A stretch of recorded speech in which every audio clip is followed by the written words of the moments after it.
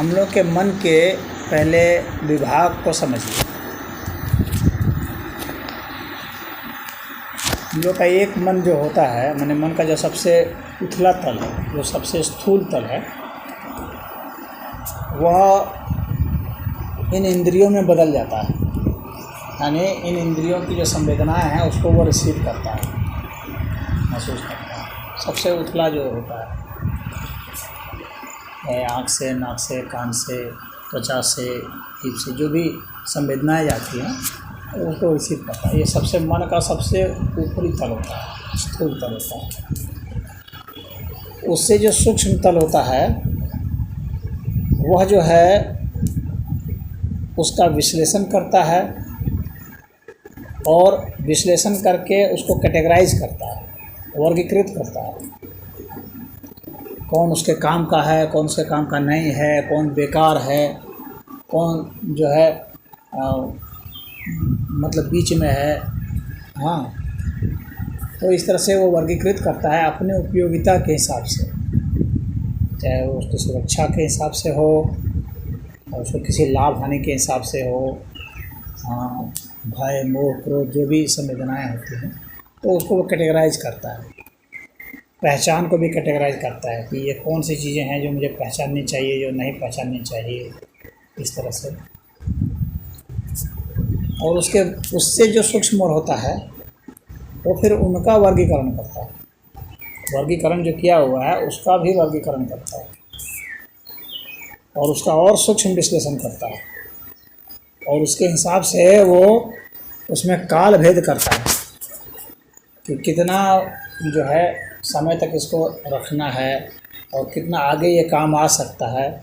तो उसको उस हिसाब से वो कैटेगराइज करता है। वो काफ़ी सूक्ष्म होता है और वहाँ पर जो विश्लेषण होता है वो कोडिफाइड हो जाता है, कोड बन जाता है उसका।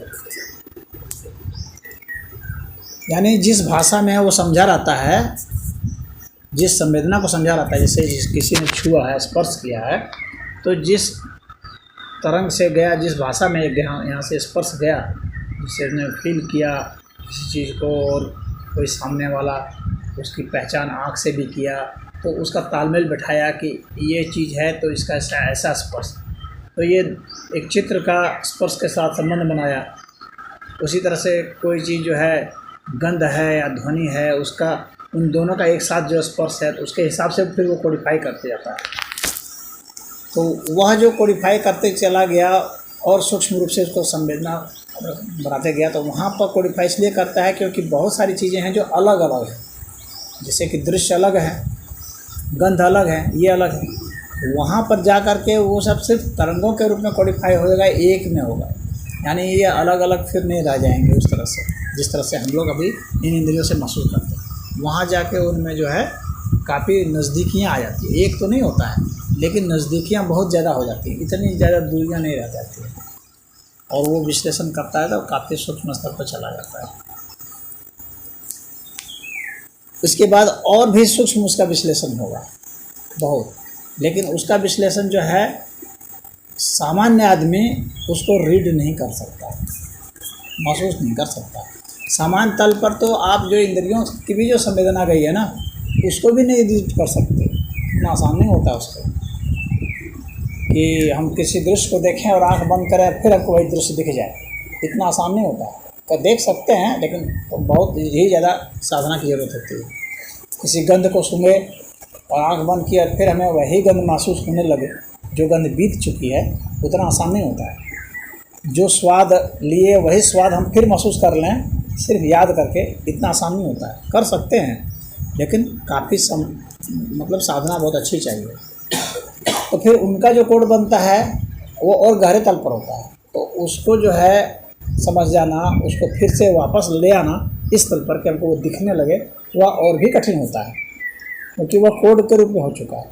फिर उसका भी कोड बनेगा। इस तरह से ये कोड बनते बनते बनते सूक्ष्म होते होते होते एक ऐसी स्थिति आती है। ये सारे मन के ही तल है।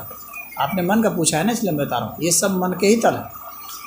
और ये मन के तल से इतना से सूक्ष्म होते होते ऐसी स्थिति आती है कि वह जो है एक नियम जैसा हो जाता है, एक अस्तित्वगत वो जो है सिद्धांत लिए हुए हो जाता है।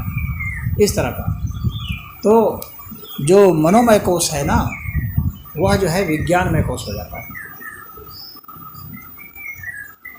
और फिर विज्ञानमय कोश जो है वो अपनी सूक्ष्मता में आनंदमय कोश हो जाएगा। ये पंच कोश होते हैं। तो अब जो है आपने जो प्रश्न पूछा है मैं वहाँ पर आ रहा हूँ। आपको मैं सवाल का जवाब दे दूँ, उसके बाद फिर आप दूसरा पूछिएगा, याद रखिए तब तक। हाँ, तो अब जो आपका प्रश्न था कि हमारा मन जो है भटकता है, तो इसमें मन के कितने तल हो चुके हैं, लेकिन इसमें से आपकी किस तल पर हैं।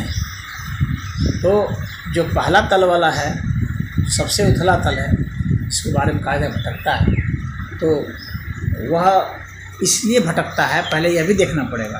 जो स्थूल वाला है, हाँ, तो वह इसलिए भटकता है क्योंकि वह बेहतर चाहता है सदैव, वो नाहक कभी नहीं भटकता। इसलिए उसको भटकना कहना अच्छा नहीं होता। भटकना कहना जो है सही शब्दावली नहीं है। भटकना उसको कहते हैं ना जिसको कि कोई पता आता नहीं है और जिधर में उधर जा रहा है, रैंडम जा रहा है। हाँ, उसकी कोई दिशा नहीं, तो वो रैंडम कभी नहीं जाता। मन कभी भी रैंडम नहीं जाता। जैसे उदाहरण के लिए आप वहाँ से यहाँ आए, तो ये रैंडम नहीं है। आपने एक दिशा तय की है, उस दिशा के तहत मन ने निर्देश किया है यहाँ आने के लिए, क्योंकि आपको लगा कुछ बेहतर हो सकता है, तो आपके मन ने आपको निर्देशित किया है यहाँ आने के। यहाँ से भी आप कहीं जाएंगे तो आपको मन निर्देशित करेगा, आप अनावश्यक नहीं भटकेंगे। रैंडम को कौन भटकता है? जो अपने विचारों की तारतम्यता को नहीं समझता है। जैसे कि पागल लोग होते हैं, वे रैंडम भटकते हैं, क्योंकि उनको समझ में नहीं आता है कि पूरी तारतम्यता क्या है। हालांकि 100% रैंडम वे भी नहीं होते, क्योंकि वे भी वहीं जाते हैं जहाँ उनको लाभ होता है। लाभ तो समझते हैं पागल भी, जहाँ भोजन मिल रहा होगा वहाँ जाएंगे, जो भोजन मिल रहा है वो खाएंगे। बड़े से बड़े पागल भी ना बड़े अच्छे से भोजन करता है, तो वह जानता है कि हमारा लाभ कहाँ है। हाँ, उतनी सामाजिक गणना वो नहीं कर सकता, उसकी राजनीतिक गणना नहीं कर सकता, धार्मिक गणना नहीं कर सकता, ये सब नहीं कर सकता, लेकिन उसके शरीर को बचाने के लिए क्या हो सकता है, इतना हर समय उसको बुद्धि रहती है। वो जब बेहोश ही हो जाएगा तो ही नहीं रह जाएगा, अन्यथा उसके पास वो बुद्धि रहती है। तो हम लोग का जो मन है कभी भटकता नहीं है, शुद्ध अर्थ। ये सदैव जो है इसकी एक दिशा होती है, अपने उस दिशा पर ये चलता है। ये देखता है कि मेरे कहाँ से कहाँ मेरा बेहतर हो सकता है। अब हो सकता है कि वह कार्य और कारण का संबंध नहीं जानता, इसके कारण जो है दूसरे लोग सोचते हैं कि ये भटक रहा है, या वह भी व्यक्ति सोचता है भटक रहा है, जब उसको लगता है कि मैंने जो सोचा था वो नहीं हुआ, जो मैंने सोच करके जो मैंने काम शुरू किया था वो काम नहीं हुआ, वो फल नहीं आया, तो वो सोचता है ओह मैं भटक रहा था। क्योंकि कार्य कारण का संबंध उसको पता नहीं था कि मैं ये कार्य करने जा रहा हूँ, इससे ये फल आएगा कि नहीं आएगा। तो उसको नहीं जानने के कारण वो उसको भटकाव मान लिया बाद में। लेकिन ऐसा तभी होगा जब रिजल्ट आ जाएगा। बिना रिजल्ट के पहले वो लॉजिकली उसको सोचता है। हाँ, कोई दूसरा व्यक्ति उसको अगर लॉजिकली सिद्ध कर देगा कि नहीं तुम जिस रास्ते पर चल रहे हो इस रास्ते से ये परिणाम नहीं आएगा, क्योंकि इसमें ये त्रुटियाँ हैं, ये गलतियाँ हैं, तर्क से उसको समझाएगा तो वो रुक सकता है, तर्क से समझ गया तो। अन्यथा वह जो है अगर उसके ऊपर हावी हो गया, लोभ हावी हो गया, या द्रोह हावी हो गया, मोह हावी हो गया, तो फिर वो अपने ही जो निष्कर्ष निकाला हुआ उसके हिसाब से उस कार्य को करेगा, अंजाम देने की कोशिश करेगा। जब धक्का खा जाएगा तो हो सकता है कि सोच ले कि नहीं ये मैं गलत रास्ते पर था, फिर वहाँ से दूसरे रास्ते पर मुड़ेगा। लेकिन वो चाहे जिस भी तरफ चल रहा था, उसके मन ने ही निर्णय लिया था, और मन ने अपनी समझ से एक बेहतर निर्णय लिया था कि मेरे लिए यही बेहतर है। जैसे एक शराबी शराब पीता है, वो सोचता है मेरे लिए यही बेहतर है। भले लोग कहेंगे कि ये शराब पीता है भटक गया है, क्योंकि दूसरे लोग का दूसरा अनुभव है, उसका दूसरा अनुभव है, वो अपने अनुभव से न व्यवहार करेगा। तो अपने अनुभव से वो व्यवहार कर रहा है कि नहीं मेरे लिए यही सही है। एक व्यक्ति जो है सुपारी लेता है मर्डर करने का, वो सोचता है मेरे लिए यही अच्छा है। तो दूसरे लोग कह सकते हैं कि ये भटक गया रास्ते से, गैर कानूनी कार्य कर रहा है, गैर सामाजिक कार्य कर रहा है, लेकिन वो सोचता है मेरे लिए यही अच्छा है। तो अपने हिसाब से वह सही नहीं, उसका मन सही निर्णय ले रहा है। वहाँ पर बाद में लगेगा कि नहीं, एक समाज का एक सामूहिक मन भी होता है। जैसे संविधान हम लोग का है, वो एक सामूहिक मन है, एक सामूहिक सिद्धांत है समाज का।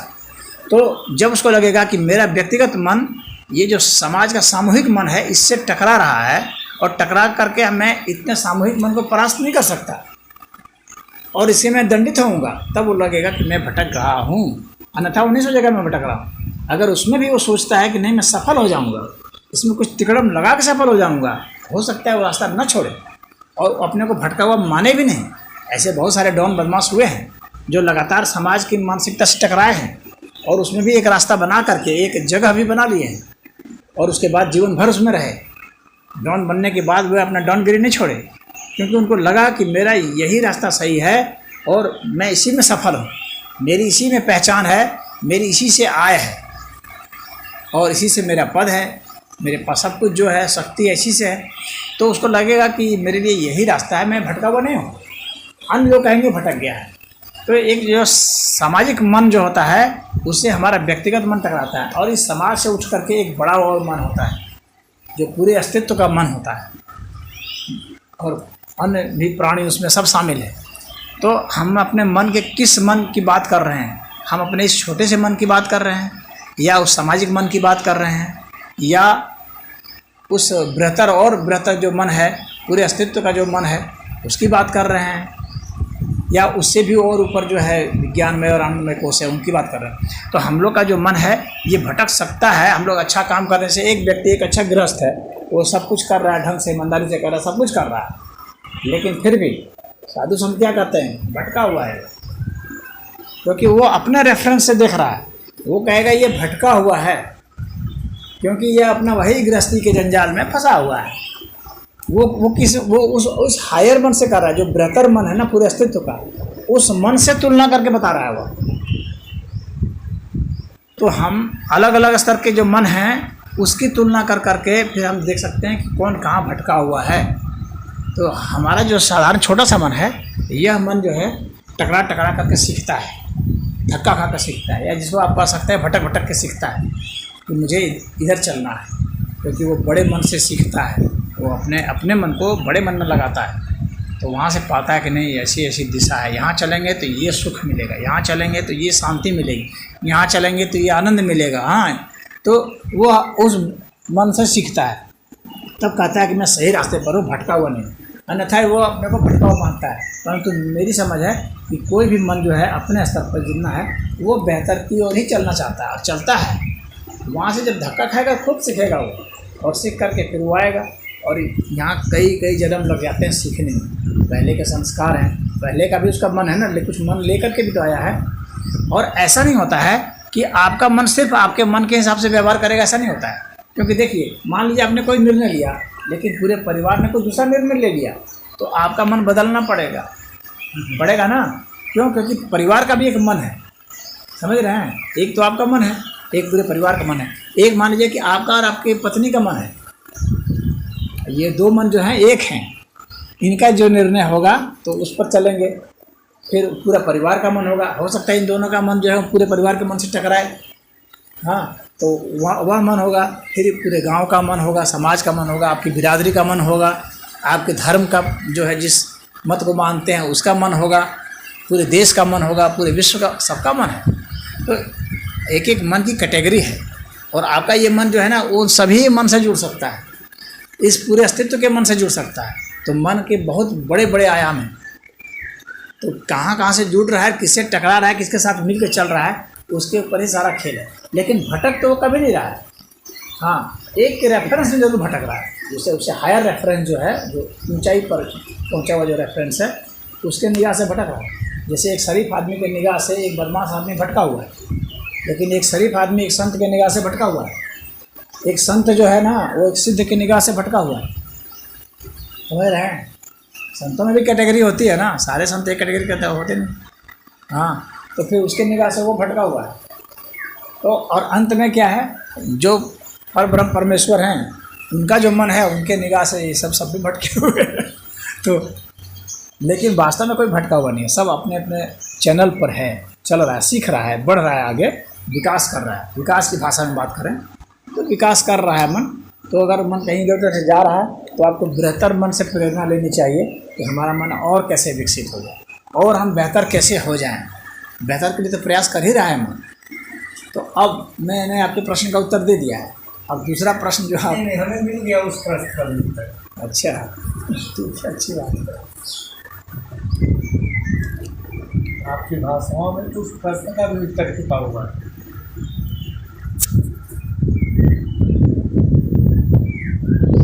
हमारी इच्छा थी दोबारा प्रश्न करने की, तो प्रश्न का उत्तर मुझे मिल गया। चलिए बहुत अच्छा है।